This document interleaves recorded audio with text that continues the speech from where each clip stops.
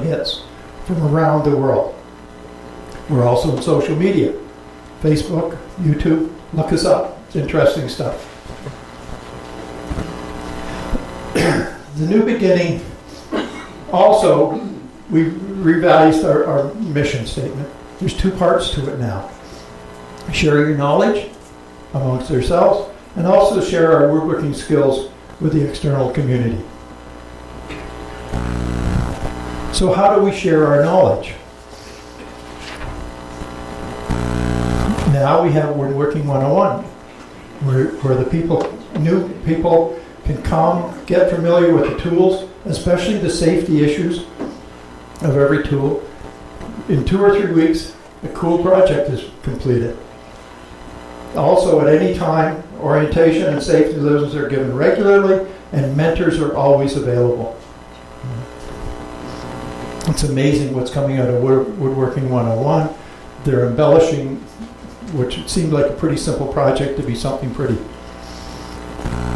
The other thing that we have here is a 20-hour course given by Dennis over 3 weeks, and students learn to use the lathe and the proper techniques safely. Over the 3-week period, the students make a number of projects like bowls, platters, finials, pens, etc. And for someone who's taken courses elsewhere, this course is outstanding and really cheap. Also, lessons and courses are provided for pens and wig stands as required. Another thing is that members are always stepping up to conduct classes and share their knowledge. You know, from shaker boxes to segmented bowls to rocking horses to shiny bowls and to cutting boards are just a few of the many programs conducted by the members. Also, chip carving, scroll bowls, 3D scrolling, pyrography, and marquetry are a few that came to mind, but I couldn't find pictures right away. This is interesting for sharing your knowledge. It's the show and tell each week. To me, it's my favorite thing. It's a time to show your techniques, ask your questions, give motivation, and inspiration to others. Strictly not just a bragging thing. It's something that I look forward to see what other guys are doing. And there's usually always lots of turning objects and lots of shiny, shiny bowls. This second part of our mission is to share with the community. That's to use our skills in a number of ways. Each week, volunteers help seniors at the senior centers in Oshawa. They don't come here, our volunteers go there. So it's, and this has been going on for quite some time. Sharing with the Cubs and the guides. Each year, Cub cars, at Cub car time, a number of troops come here, cut their cars in our workshop. Many times, this is the first time these kids have ever seen any woodworking equipment. They just don't come from families that have a workshop or ever seen a screwdriver. But the interesting thing is the volunteers seem to have more fun than the kids do have making. So, now the other thing we had recently is Fabulous Ladies. Like good chance to volunteer, help the ladies make birdhouses, feeders, and planters. Lots of volunteers. You can see in there almost 1-to-1. But I don't think anybody got a date. New this year is Cloca. We're doing a number of projects for them. Turtle boxes, bee houses, butterfly cages.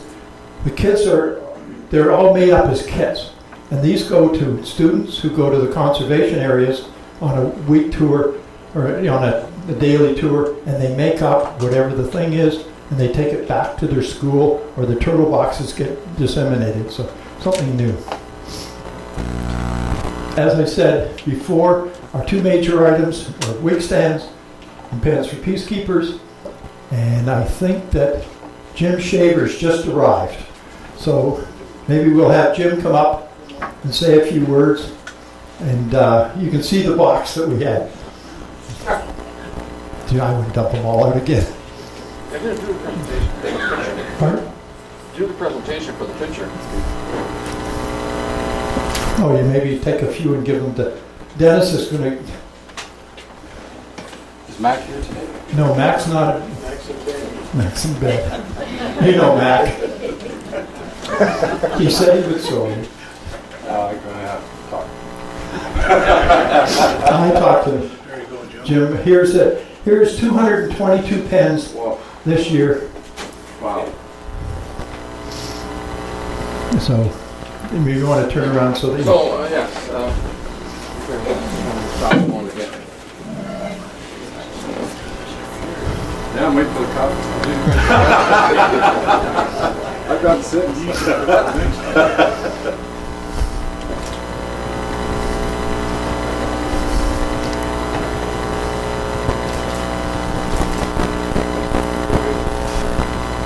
I get somebody my iPhone.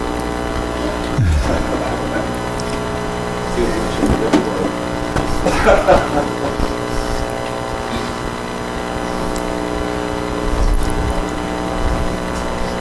Jim has come out every year for the last 4 years on a Saturday. He comes all the way from Oakville, so this is a real treat to have him here. Thank you very much. And so maybe we could have Jim. Jim, would you like to say a few words about the program? Well, I'm blown away. I'm still trying to get over the 401.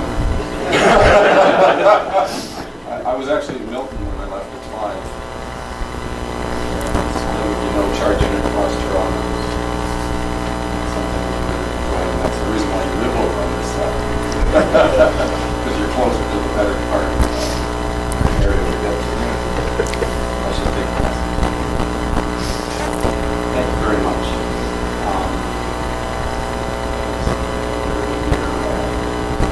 Been doing this project since 2004.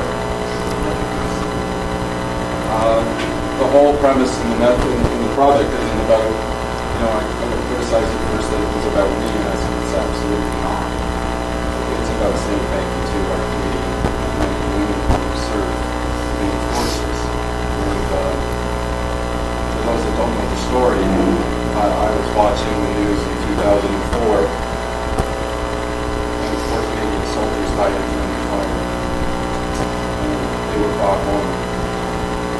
Train, and I saw all the people on the bridges, and I thought, that's absolutely amazing.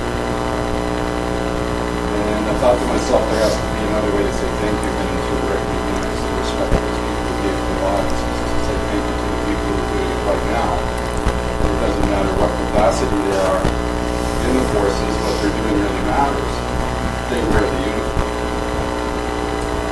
And so I got an idea to take some extra pens from a craft sale I was doing, write a thank you letter and wrap around a couple of pens. I called around to different Air Force bases and military bases in Canada, and I got a hold of a lady in Ottawa named Shirley Penny, who distributed donations to the armed forces, and so she proposed 10 pens in, and she marked them at the Hilliard's office. He was the leader of Charleston.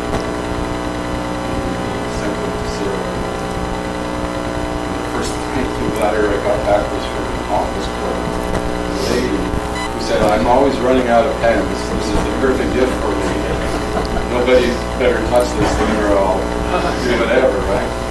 So a little bit of energy behind that, and over the years, people donating online, a bit of exposure here and there on the internet. I'm not really big for promotion, better promotion than I am. But your club has been absolutely top. Mac caught a hold of this and moved it to, and use a voice and just said, let's do this thing. And, I was a kid that Mac's the master painter. He just loves it. He followed me around in the wood shop when I was watching it all the time. So we got the same thing. And if you know Mac at all, he likes some pretty expensive tools. But anyway, so the club here has been taking pens and donating them for over the years, and it's 22. I don't know what the total is, but we've pushed well over 4,000 right now. And funds have been donated. I would say your club is donated. But then as a club, it has also as individuals and community clubs. I don't know what my number is, I just don't know. But people all over Canada have sent 1 pen, 10 pens, 5 pens. There's a fella in Chatham who used to send me pens now and then too, and then there's some people out of the East and so on. So it sort of gives a flavor for what people have been doing. And they don't always get letters back, some do. I don't know how many of you have gotten letters back, but from time to time they do respond. I suppose I don't understand the environment they're in, but not always a situation where they get response. But I do know that I have met several people who have received so those of you that have made them and put them out there, or know of people who've made them and put them out there, you have to know that pen sits in the pocket and nobody else does. But they look at that and they read that letter. I didn't understand the letter reading too much initially at first. And I started to think, what could I put on these pens back in 2004? And I remember my grandfather was in the First World War.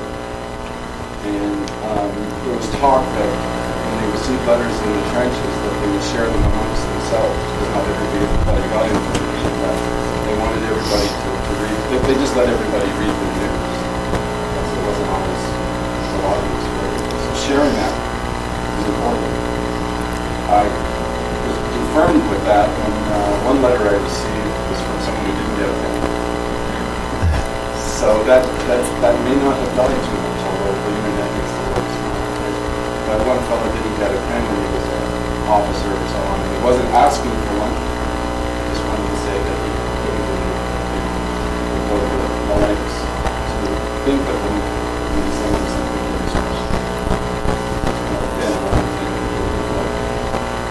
the guys were following along. I always associate coming here with Formula 1 race to get here. I think I'm going to take Highway 2 back. And just go real slow. But I want to thank each and every one of you very sincerely for what you do. It makes a world of difference. And thank you very much. Thank you.